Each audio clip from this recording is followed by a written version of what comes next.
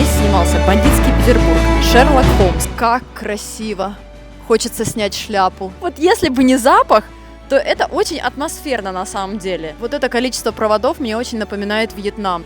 Будет шок-контент. Ты уволился из такой крутой компании, как «Газпром». Если подойти и посмотреть на его мужские причиндалы... Кошек вы можете найти в любом дворе. Я водитель, гид-фотограф, психолог и самый добрый друг-приятель, который покажет вам Петербург так, как никто не сможет. Приезжайте ко мне на экскурсию и будем путешествовать вместе. А бонусом вы получите прекрасные, сочные, атмосферные фоточки. Спасибо. Приехали в роскошный, красивый дворик. Скажи, он напоминает тебе что-нибудь испанское такое вот? Точно, напоминает. Давай, скажи. Господи, как его зовут? Его зовут Гауди и парк Гуэль. Даже я больше про Испанию знаю, чем ты. Смотри, во-первых, если мы сюда двинемся к этой стене, это Олимп культуры, так называемый, да. И если мы посмотрим на эту стену, то задумка заслуженного художника Владимира Васильевича Лубенко была следующая. Здесь он показал, во-первых, Олимп, да, и основатель этого Олимпа, вот тот дядька, слева сидящий с факелом в руках, аллегорически это Петр I. Да, совсем не похож, да, но тем не менее. Вот это вот дядька, да, вот это вот Петр I, да, не похож сразу, никаких тут совпадений искать не нужно. Вот, и здесь у нас получается на стене, да, становление города Санкт-Петербург, великой морской державы, здесь море, да, это выход в Балтийское море, и дальше мы двигаемся, и доходим с вами до серого пятна. Ирина, скажи, как ты думаешь, что это за серое пятно такое в жизни, ну давай подсказку, Ленинграда? Это...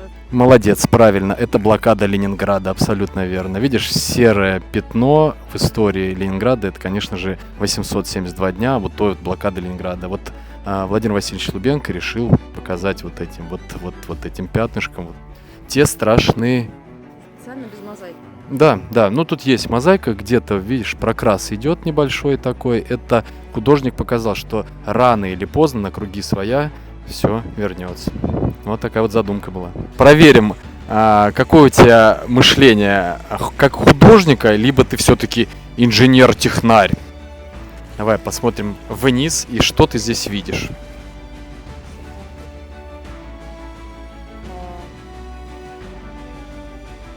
На что похоже? Нет, абсолютно неправильно.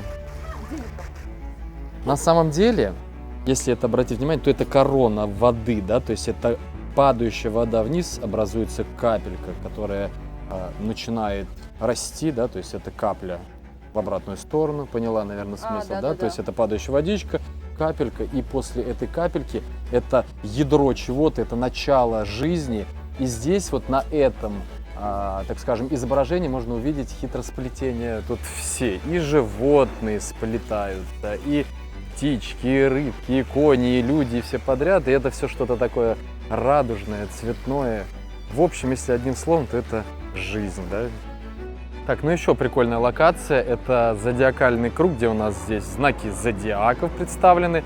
Ирина, если с этой стороны ты ко мне подойдешь, ты увидишь, да, ну, во-первых, здесь какие-то фигуры непонятных существ. На самом деле, я расшифрую, что это такое. Ну, внизу зеленого цвета это собака, которая как друг всему держит на себе недружественную огненную кошечку. Недружественная огненная кошечка держит на себе водоплавающую птичку. Водоплавающая птичка, которая не дружит со змеей, держит мудрый воздух в виде змеи, да, и все тут так гармонично дружат друг с другом. Ну вот они, пожалуйста, 4 стихии. Задумка Владимира Васильевича Лубенко, я думаю, потрясает. Друзья, сейчас мы заходим в Толстовские дворики, и вы можете увидеть, как выглядят дворы, колодцы Санкт-Петербурга. Пойдемте. Вау! Как красиво! Хочется снять шляпу. Живут же люди, а? Так, после мозаичного дворика я решил выгулять Ирину и показать настоящие петербургские дворы-колодцы. В частности, вот этот вот красивый такой контрастирующий дворик, который называется Толстовский двор. Потому что когда-то этот доходный дом выкупил граф Михаил Павлович Толстой, внучатый племянник героя Отечественной войны 1812 года Петра Толстого. Это тот знаменитый Петр Толстой из рода Толстых.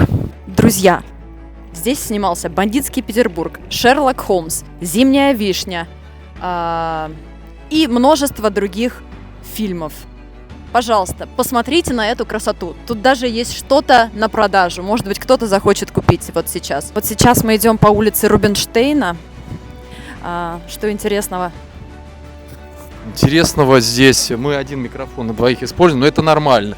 Это эффект присутствия, зато нормально, ничего страшного. Самая гулябельная, самая питейная улица Санкт-Петербурга. Вот те, кто первый раз приезжает в Петербург, я настоятельно рекомендую по улице Рубинштейна туда и обратно прогуляться, заходя при этом в любое абсолютно понравившееся заведение.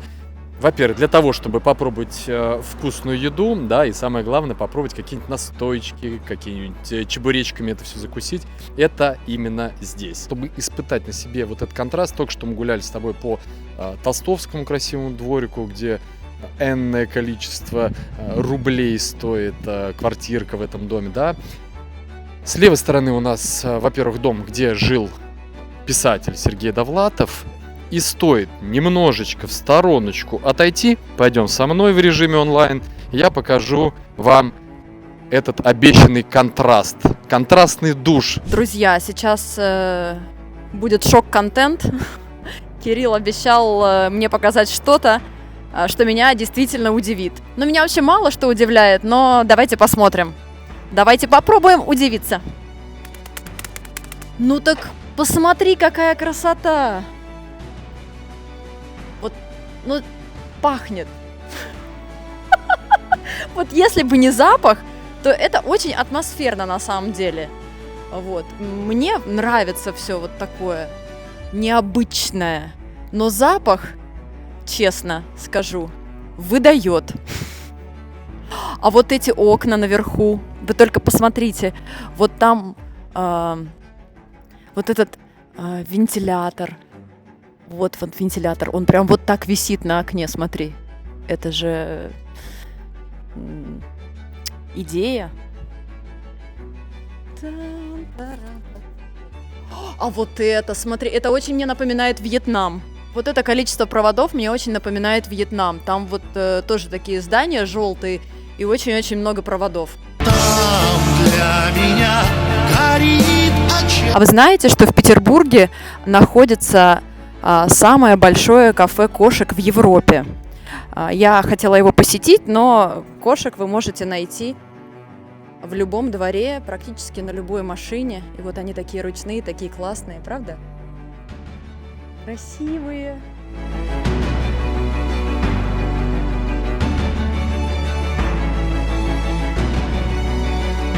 Главное в нашей профессии – это безопасность. Но сейчас мы с Ириной подошли в место под названием «Пять углов», где в одной точке сходятся 5 дорог. Ну, во-первых, улица Рубинштейна, по которой мы только что прогулялись, Загородный проспект, улица Разъезжая и улица Ломоносова.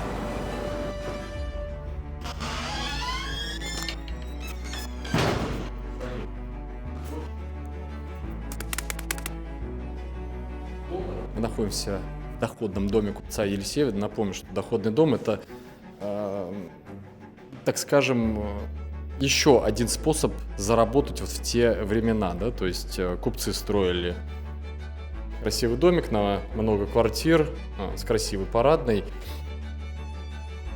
Люди, так скажем, побогаче, дорого-богато брали нижние этажи, как правило, да, арендовали, потому что лифтов не было, чтобы высоко не подниматься. Вот для купцов, как раз вот для более зажиточных, используются первые, вторые этажи. А уже вот эти слуховые окошки служили как раз вот комнатками для людей, которые ну, так скажем, имели не те возможности, как остальные побогаче люди. Не могли шиковать, да. Ну и сам, я так думаю, основатель вот этого, ну и так скажем, основатель этого рода, да, сам первый Елисеев, который был уроженцем Новоселок, насколько мне помнится. Такая деревушка была, где жили крепостные, но они по факту, собственно, никому не принадлежали. Но подати и налоги они все-таки платили. Вот этот купец настолько он был предприимчив, что вот эта династия, вот этот род Елисеевых, пойдем пройдемся, настолько раскрутились, развертелись, да, что у них были, во-первых, свои винные погреба. Они сразу сделали акцент на том, что они будут... Мы пошли, здравствуйте. Они сделали акцент на том, что у них будет продукция исключительно для элиты, да, в том числе вот эти виноградники, которые они использовали, это Мадейра, Херес или Херес, поправишь меня, ну и Бордо. У них был свой флот голландский, они купили 2 парусника, и все продовольствие, которое они закупали в Европе, спокойно у Атлантики, Средиземноморья, Атлантика, Северное море, они входили в порты Петербурга, и здесь для более зажиточных и предприимчивых людей, в том числе и вина, продавали. Кстати, вина они продавали в том числе и для царской семьи. Зеркало тут даже есть. А это вход в квартиру? Вообще, слушай, ну вот же жили люди. А у меня в детстве был вот такой звонок. И вот такой, и вот такой. Так, подожди, а здесь что, 5 человек живет? Или 1? Зачем? Очень интересно. Главное, нужно прихорошиться перед выходом. Пойдем на самый верх? А сколько этажей? Погнали! Тут без зеркала. Тут в полный рост мы можем даже сняться вдвоем. Вот эта атмосфера, слушай, уникальная. Цветы в горшках, маска сварщика.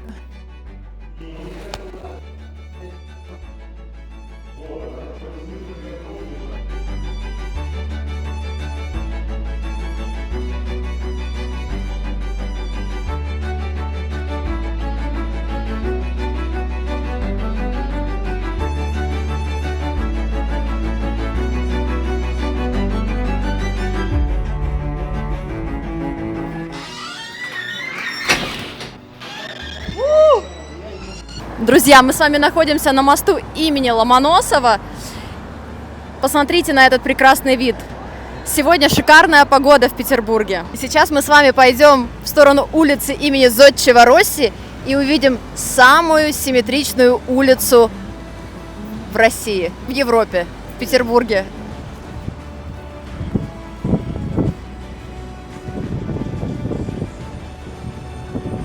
Красиво, невероятно.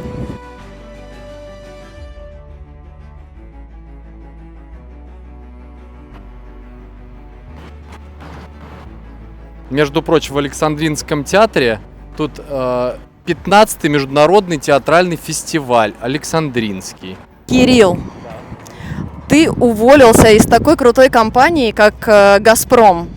Причем ты уволился дважды и выбрал работу свободного художника. Почему? Почему ты это сделал? Многие мечтают оказаться в «Газпроме». Многие, да не я. На самом деле, первый раз, когда я уволился из «Газпрома», я понял, что всему свое время. Ну, это приходит, знаешь, это как щелчок. То есть ты сидишь, уже добился каких-то определенных результатов, именно личностный рост какой-то произошел, ты понимаешь, что, в принципе, это потолок, и дальше именно ментально, на ментальном уровне двигаться просто невозможно. И когда такое осознание происходит, я понимаю, что себя обманывать — это самое страшное, что есть в жизни. Жизнь, она, ну, это не самый, так скажем, длинный исторический какой-то человеческий эпизод, да, то есть это быстро. Мне на текущий момент 40 лет, да, но благодаря... Да, И благодаря тому, что когда-то я рискнул, да, и, можно сказать, в омут с головой окунулся, у меня тут же вселенная начала направлять, поправлять, где-то я ошибался, но, тем не менее, да, не зная, допустим, то, что я когда-то буду как-то связан именно с туризмом, да, именно с общением с людьми, то, что я буду рассказывать, показывать, для меня это было просто, ну, что-то из ряда вон выходящего. А по факту получилось так, что вселенная меня направила, я случайно в Таиланде очутился на экскурсионной лодке, где я стал штатным фотографом, хотя фотографировать я никогда не умел, да, и постепенно я начал находить свой путь. Приоткрою, так скажем, завесу, сразу скажу, что 6 лет я в сфере туризма, и уже за 6 лет туризм мне изрядно поднадоел, поэтому у меня уже в голове выстраиваются новые какие-то пазлы, и я понимаю, что надо двигаться дальше, и, может быть, сейчас я также радикально... После моего интервью тебе придут новые возможности. Да, озарение, наверное, ты хотела сказать. Озарение возможностей, я на это очень надеюсь. Возможности, контакты, его величество случай. Вот, его величие случай — это самое, пожалуй, то, на что я очень всегда опираюсь и рассчитываю. Поэтому дважды уволиться из «Газпрома». Сейчас мы пройдем эту замечательную машину-генератор, которая вырабатывает ток для вот этого чисто петербургского лоточника. Вот, 2 раза уволиться, вообще это плевое дело. Мы вышли с вами на Невский проспект прекрасный. И Ирину я уже отведу в дом, нет, не дом, а магазин купца Елисеева.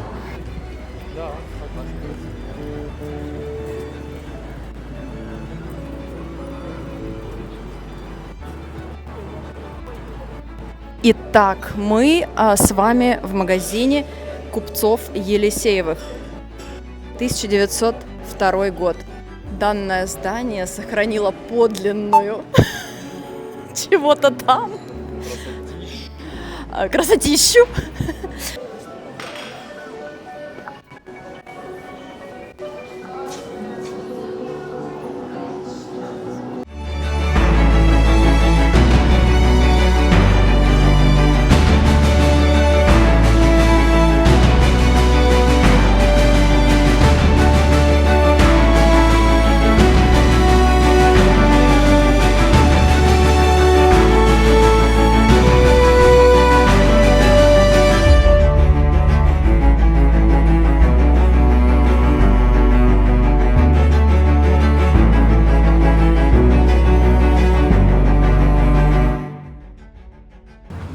Здесь я хочу показать тебе небольшую аномалию, связанную с Аничковым мостом. Смотри, здесь у нас, как ты видишь, 4 коня, 4 юноши. Победа разума над природной стихией, где юноша в роли разума побеждает коня в 4 действиях. Раз серия, 2 серия, 3 серия, 4 серии, да. Если мы посмотрим на ноги коню, то мы здесь увидим подковы. С противоположной стороны стоит конь тоже подкованный, якобы усмиренный будет. Но те кони, они, смотри, они еще буйные совсем, да, на противоположной стороне. И они будут еще не подкованные. Задумка Петра Клотта, любимца Николая I, была в том, заключалась в том, что кони побежденные стоят здесь уже усмиренные с подковками, а не усмиренные стоят на противоположной стороне реки Фонтанки. Но то, что я чуть ранее рассказал, расскажет вам любой гид. Я люблю все-таки вот каждой скульптуре, каждому памятнику подходить и рассматривать его настолько детально, чтобы потом эту всю информацию, которую я увижу, да, вот ту аномальность, которая есть у каждого, я вам обещаю, что у каждого памятника в Петербурге есть своя аномальность. Вот в частности здесь, у одного из коней, если подойти и посмотреть на его мужские причиндалы, то можно увидеть четкое очертание человеческого лица. Никто вам об этом не расскажет, но вот мы с Ириной подходим, приближаем приближаем, да, и видим человеческое лицо. И по одной из версий барон Петр Клод, скульптор, взял и изобразил лицо Бонапарта Наполеона. Но я вам сразу скажу, то не сильно похож. По второй версии, все-таки у барона Петра Клода была жена, а у жены был любовник. И вот любовника своей жены на века он взял и зафиксировал там. И вот, двигаясь к следующему коню, неусмиренному, который еще не подкованный, его как раз юноша пытается довести до большой конюшни, которая находилась на Литейном проспекте. Вот если к нему посмотреть на его жеребцовые причиндалы, то там, в принципе, будет все в порядке. Аномалий никаких не выявлено. Пожалуйста.